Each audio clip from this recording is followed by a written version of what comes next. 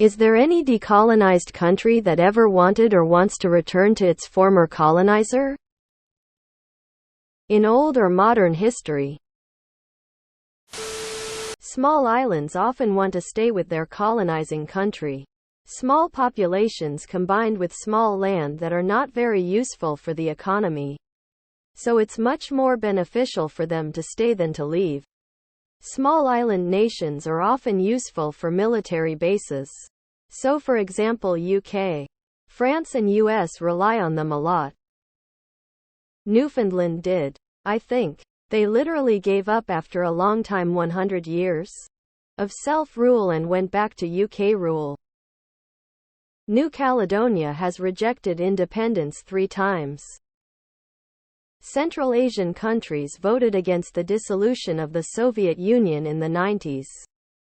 Belarus and Russia signed a reunion deal just a few years ago, I think by 2030 if they can. Newfoundland was independent, went broke, and voluntarily gave control back to the UK as a result. In the end, they declined a return to independence and opted to join Canada instead. There is a Philippines for U.S. territory movement. I have no idea whether this is a serious organization or just a single crackpot. Albania, tears of joy when I was there. There were Turkish flags everywhere. I asked why, and I was told we have suffered enough under our own sovereignty, cold sweat smile. Malta originally wanted to stay with UK, but UK forced them to become independent. I suspect Hong Kong would prefer British rule to CCP rule. Christians in Lebanon dreaming of France. Anguilla seceded from St. Kitts, Nevis and Anguilla because they wanted to stay with Britain. St. Kitts and Nevis are their own country. Mayotte voted to remain with France and seceded from the Comoros. Comoros do not recognize this. Not 100 of what you are asking, but interesting nonetheless.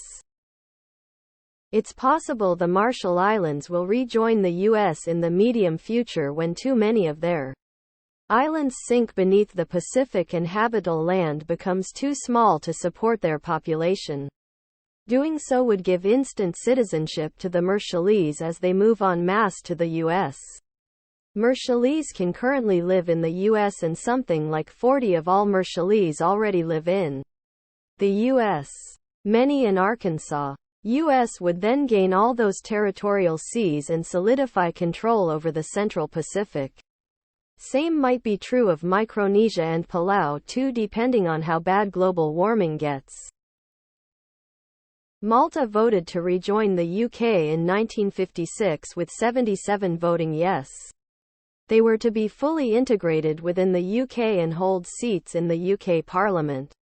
They were made independent anyway. Probably the most decisive answer you'll get. Malta voted to stay in the UK and was abandoned regardless. Several people in Hong Kong wanted the British back. Gibraltar. In 1997, 2 of the islands of the Comoros seceded and tried to get back with France, who refused, because Mayotte was enough of a handful despite somewhat foul play to keep it in the first place. Hong Kong. Sort of. There was actually an exodus of people in '98 when China took over. It is in fact one reason why Vancouver has stellar Cantonese food law. Saw a study saying a large part of Jamaicans wanted to be ruled by Britain again. Former Soviet countries in Central Asia after fall of the Union in early and late 90s.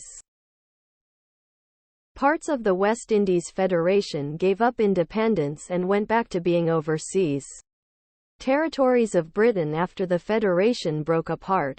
Some of these later gained independence again. But some remain British overseas territories in the Caribbean. Another example of a British colony which gained independence, but then went back to being a British colony is Rhodesia in 1979. BTW, I ask this because I heard of a Cape Verdean movement that wants to rejoin Portugal. Malta voted to remain UK, but UK said no. Hong Kong protesters also flew UK colonial flags, so I guess they might.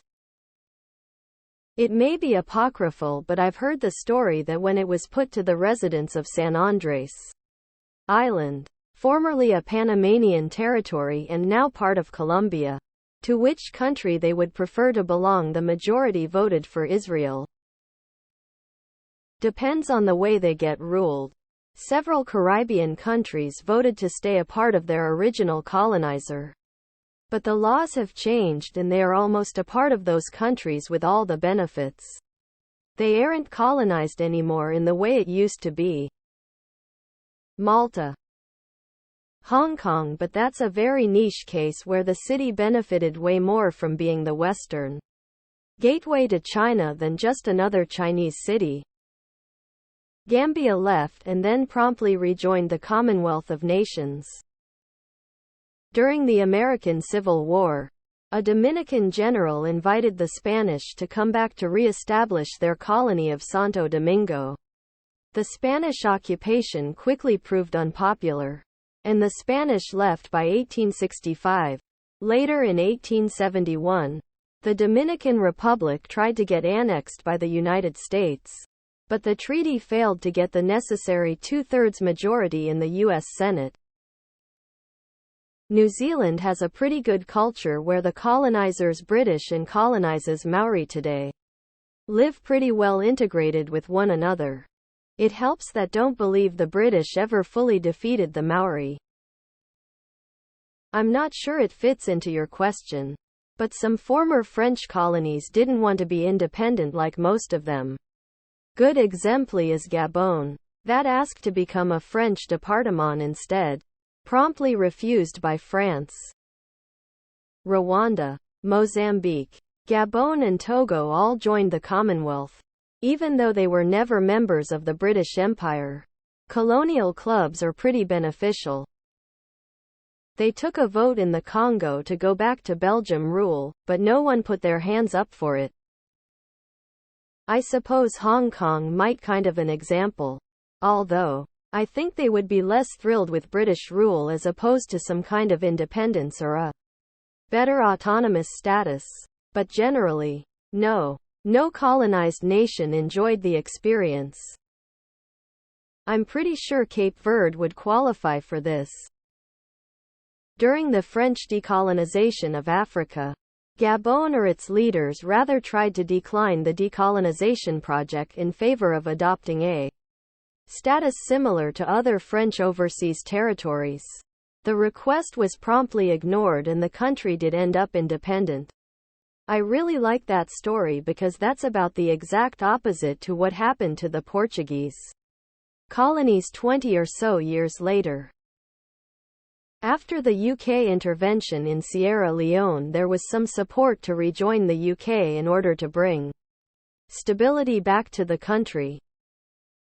When the 5 islands that made up the country of the Dutch Antilles broke up in 2005-2010, Curaçao and Saint Martin voted in favor of becoming independent countries within the Kingdom of the Netherlands, sort of like the British Commonwealth, while Bonaire, Saint Eustace and Saba voted to become special municipalities of the Netherlands. So the last 3 have legally returned to their former colonizer. IDK if it counts, but some years ago protesters in Hong Kong were waving British flags to protest. The CCP, I don't think they necessarily wanted to rejoin the UK though. Malta asked multiple times to remain part of Britain, but the UK said they'd have to curtail their spending, which their PM refused to do, so the British wouldn't let them stay. Also, HK wasn't too keen on going, and a lot of protesters wanted to reconnect with Britain. YK. Before they all disappeared. The Dominican Republic formally requested to be part of Spain again in 1861 and Spain accepted. This caused a civil war on the island between pro-Spain and pro-independence people. The DR gained independence again in 1865 after the pro-Spain side had lost the war.